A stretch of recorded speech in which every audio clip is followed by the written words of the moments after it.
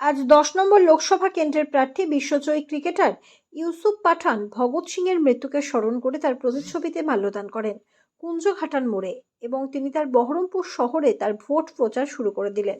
এই প্রচারের অন্যতম মুখ এই বহরমপুর শহর, যাকে বলা হয় বহরমপুরের নবরূপকার, বহরমপুরের উন্নয়নের কারিগর, বহরমপুর পৌরসভার পৌরপতি নারুগোপাল মুখার্জি এবং তার সঙ্গে ছিলেন তার ছায়াসঙ্গী শহর যুব তৃণমূল কংগ্রেসের সভাপতি পাপাই ঘোষ ও বহরমপুর পৌরসভার উপপৌরপতি স্বরূপ সাহা। এছাড়াও টাউন নেতৃত্ব আজকের এই অনুষ্ঠানে কর্মীদের উপস্থিতির হার ছিল চোখে পড়ার মতো।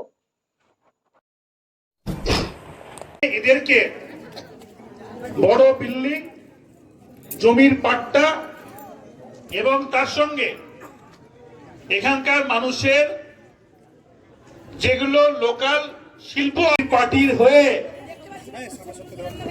কোনদিন বহরমপুরে লোকসভা কেন্দ্রে এত ভালো প্রার্থী, এত ভ্যালুয়েবল প্রার্থী দাঁড়ায়নি। সেই জন্য এবার বহরমপুরকে পুরো চেঞ্জ করতে এখানে দীর্ঘদিন থেকে এখানকার যিনি সাংসদ 25 বছর থেকে রয়েছেন অধীর রঞ্জন চৌধুরী, তিনি একটা সময় অনেক ভোট পেয়েছিলেন, কিন্তু এখন তার আর কোন কাজে তাকে পাওয়া যাচ্ছে না।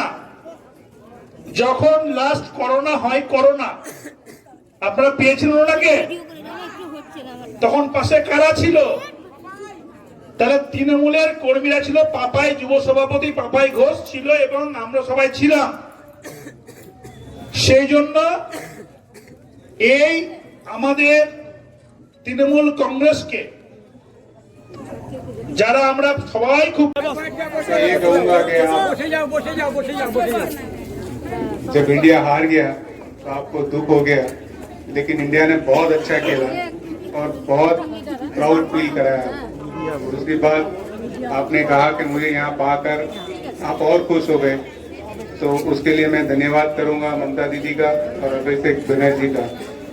आज हम सब यहाँ पर इकट्ठा हुए, शहीद भगत सिंह की आज शहीद किया गया था, उनकी याद में उन्होंने देश के लिए कुर्बानी दी और आज हम इस तरह से बैठे हुए आराम से, उनकी ये कुर्बानी हमेशा हम सबके दिल के करीब है और रहेगी, क्योंकि उन्होंने देश के लिए एक ऐसा काम किया जहां से देश एक बदलाव की तरफ गया और लोगों में वो जज्बा मिला देश के लिए काम करने का। तो मैं आप सबके बीच में आज यहाँ पर उपस्थित हूँ। मुझे भी बहुत खुशी है कि आपने इस तरह से वेलकम किया मुझे और आपने ये कहा कि वर्ल्ड कप हार के हमें बहुत दुख हुआ, लेकिन आपके बीच में मैं यहाँ हूँ तो आपको और खुशी होगी। तो आपका बहुत बहुत दिल से शुक्रिया। और